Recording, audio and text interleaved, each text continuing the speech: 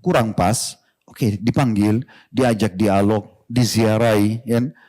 Kemudian ini lebih baik, lebih bijaksana, tujuan lebih baik daripada jadi nggak enak kelihatannya, mesti didatangi, diberhentikan, disorak-sorakin kan jadi nggak enak.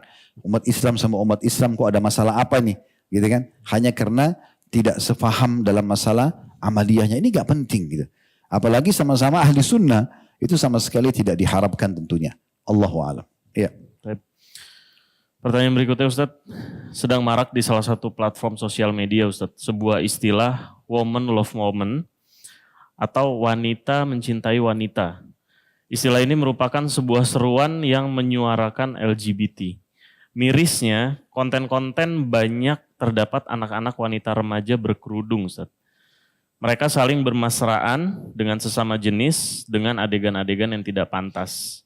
Pertanyaannya bagaimana kita sebagai orang tua Ustadz menjaga anak-anak kita dari pengaruh keburukan di era berkembangnya sosial media Ustadz?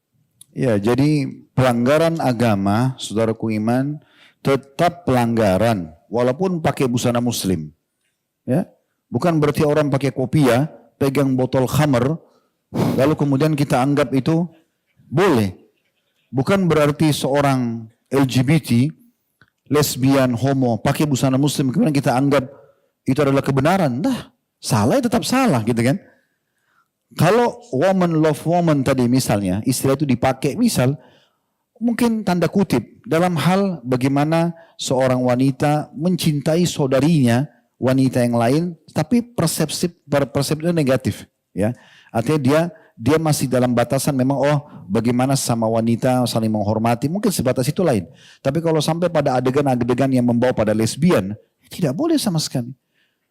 Dan lebih parah lagi kalau memang yang tampil itu pakai busana muslimah, itu tidak boleh sama sekali. Jangan dia angkat jilbabnya itu untuk membolehkan perbuatan tersebut. Ini lebih bisa double dosanya. Sudah perbuatan lesbian itu kata Nabi SAW, lesbi di antara wanita itu adalah zina di antara mereka. Begitu kata Nabi SAW hadisnya. Jadi itu terhitung seperti perbuatan zina.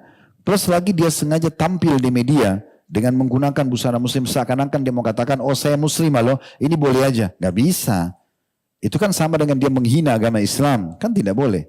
Makanya saya pernah ditanya di salah satu podcast, bagaimana dengan kalau ada seorang wanita muslimah pakai jilbab, tapi dia buat konten-konten yang membawa kepada pornografi misalnya. Saya katakan itu tidak boleh. Kan gitu. Kalau dia mau tampil pornografi itu urusan dia, tapi jangan bawa-bawa busana muslimah. Seakan-akan busana ini boleh loh melakukan perbuatan ini, tidak boleh tentunya. Tidak pantas ya. Semoga Allah SWT berikan hidayah. Nah bagaimana peran kita sebagai orang tua? Teman-teman sekalian, penanaman tentang ilmu agama ini penting sekali. Mana halal, mana haram. Masalah nutup aurat, masalah interaksi dengan lawan jenis atau sama jenis, mana yang boleh, mana yang tidak boleh. Ini penting sekali. Nabi SAW sudah memerintahkan agar anak-anak kita dipisahkan tidur mereka, laki-laki sama laki-laki, perempuan sama perempuan, atau laki-laki sama perempuan, itu di umur 10 tahun, padahal mereka belum balik.